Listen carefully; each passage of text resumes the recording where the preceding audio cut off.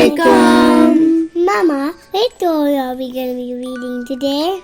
It is The Groaning Ghost. So, do you know who's the author of the story? Yes. Lis Norton and Emma Mccann. That's great. So, now let's start reading. Fergus the super frog was playing hopscotch with his best friend Doris.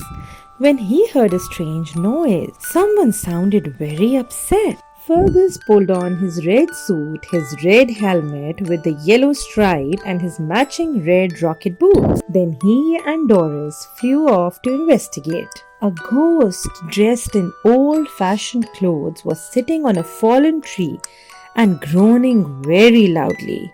Woo-hoo! He wailed. Doris flew down next to the ghost. What's the matter? She asked. My house is being knocked down. Groaned the ghost. I'm Sir Mortimer, and I've lived in Mortimer House for 500 years. Fergus can help save your house, said Doris. Fergus and Doris followed Mortimer to Mortimer House. It was a huge house with an overgrown garden. Next to the house was a round, muddy lake. A man was driving a yellow digger towards the house. Try scaring the driver. Suggested Doris. He might be afraid of ghosts. Sir Mortimer glided towards the digger driver, waving his arms in the air. Woo-hoo! He wailed. Leave my home alone. I'm not scared of ghosts, said the digger driver. Ghosts can only wail and walk through walls. They aren't scary. And with that, he drove the digger nearer to the house. He isn't afraid of me. Sir Mortimer wailed. Can you do anything, Super Frog? Let's all scare him. Croaked Fergus. 3 ghosts are much scarier than 1. Fergus and Doris flew into the house through a broken window. In the attic, they found some dusty old sheets. Fergus and Doris put the sheets over their heads and zoomed out of the chimney. Woo-hoo! They wailed. Go away! The digger driver was getting angry.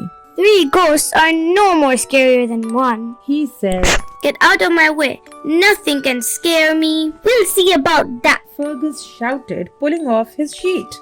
Fergus flew towards the digger and summoning all of his super frog strength, he lifted it off the ground. Put me down, shouted the digger driver as he rose up into the air. I'm terrified of heights. Someone help me.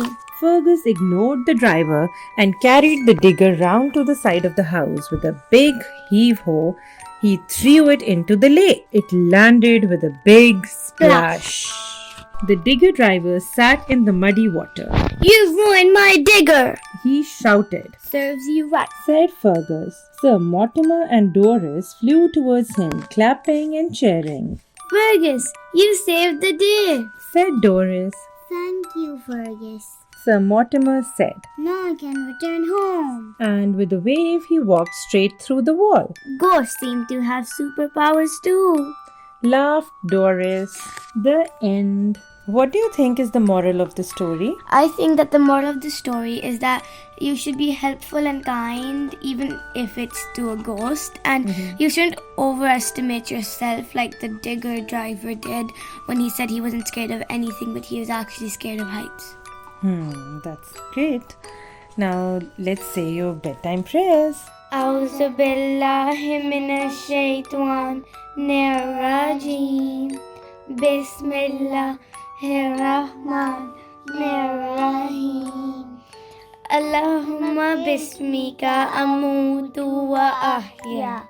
Ameen. Ameen. Allah Hafiz.